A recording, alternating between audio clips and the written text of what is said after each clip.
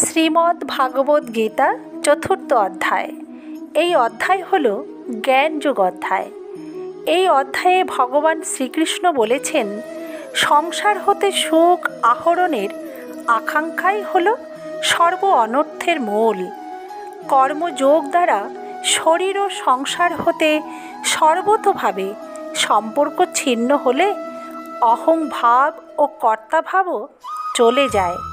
তখন আমি সেবক, আমি যোগী, এই ভাবও আর থাকে না। কোনো পাপও আর থাকতে পারে না, শুধু সেবারূপ ক্রিয়াই থেকে যায়।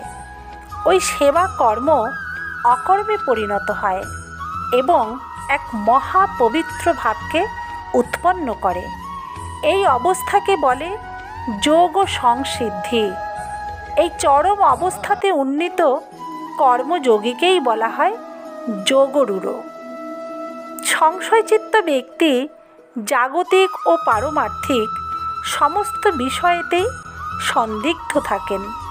তিনি সকলের কাছে যান, আলোচনা করেন, কিন্তু কারোর কথাই বিশ্বাস করেন না ও গ্রহণ করেন না।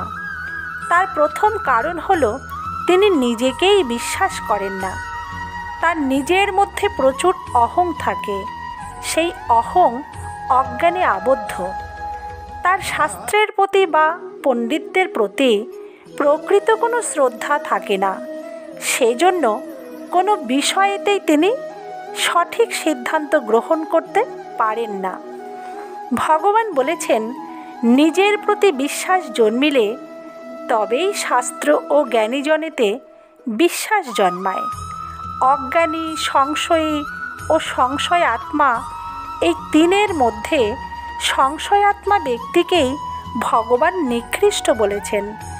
সংশয়াত্মা ব্যক্তি সকল কর্মেই বিফল হন।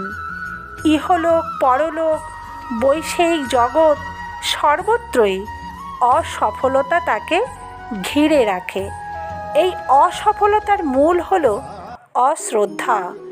শ্রদ্ধা না থাকলে সংশয় উপস্থিত হয়, আর সংশয় সব সময় জ্ঞানে বিভ্রম ঘটায়, অজ্ঞানতা পতন করায়। অশ্রদ্ধাই হল সংশয় আত্মা ব্যক্তির বিনাশের কারণ।